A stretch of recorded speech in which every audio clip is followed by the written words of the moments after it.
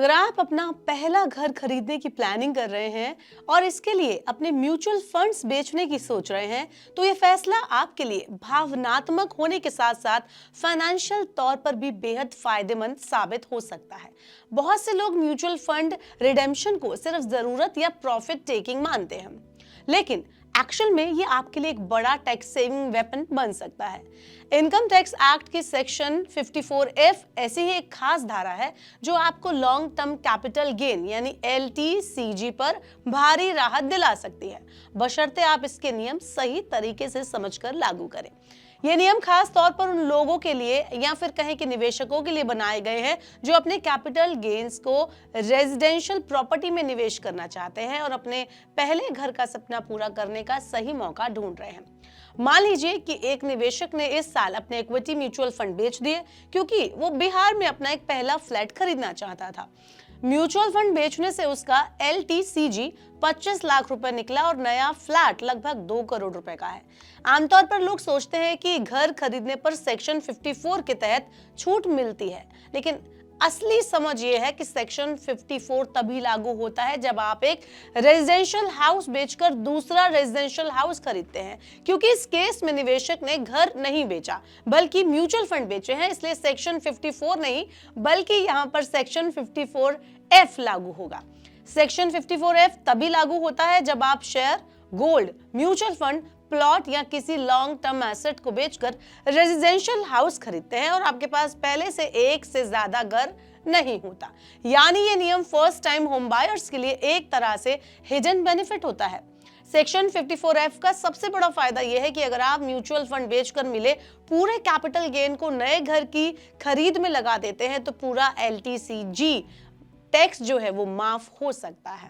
लेकिन अगर आप इस पैसे का कुछ हिस्सा ही घर में लगाते हैं और बाकी कहीं और खर्च कर देते हैं तो आपको टैक्स छूट प्रोपोर्शनेट रेशियो में मिलेगी। ये बात बहुत से निवेशक नहीं जानते और अननेसेसरली टैक्स भर देते हैं। इसलिए घर खरीदने से पहले ये समझना जरूरी है कि पूरा पैसा इस्तेमाल करना चाहिए। यही है नियम, या फिर आंशिक पैसा भी बेनिफिट दे सकता है। फाइनेंशियल प्लानिंग का जरूरी हिस्सा है। अब बात करते हैं कि शॉर्ट टर्म म्यूचुअल फंड क्या होते हैं और उनको कैसे आप इस्तेमाल करते हैं। तो अगर कोई इक्विटी म्यूचुअल फंड 12 महीने से कम समय के लिए होल्ड किया गया है तो वे लॉन्ग टर्म कैपिटल एसेट नहीं माना जाएगा। ऐसे मामलों में LTCG लागू नहीं होता बल्कि शॉर्ट टर्म गेन्स पर टैक्स लगता है।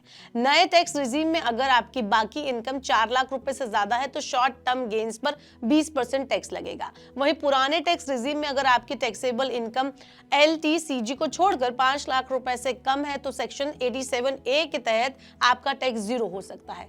यही वजह है कि म्यूचुअल फंड बेचने से पहले होल्डिंग पीरियड और टैक्स रिजीम दोनों पर ध्यान देना जरूरी है।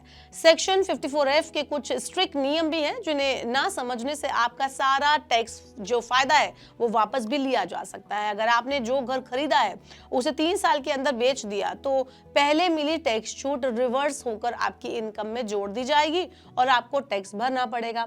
इसके अलावा सेक्शन 54F लागू कराने के बाद अगर आप 1 साल के अंदर दूसरा घर खरीद लेते हैं या 3 साल में नया घर बनवाना शुरू कर देते हैं तो भी ये जो छूट है वो वापस ले ली जाती है। सरकार के अनुसार ये नियम इसलिए बनाया गया ताकि लोग कैपिटल गेन सिर्फ रेजिडेंशियल इन्वेस्टमेंट के लिए इस्तेमाल करें और एक साथ मल्टीपल प्रॉपर्टीज बनवाने पर टैक्स बेनिफिट ना ले।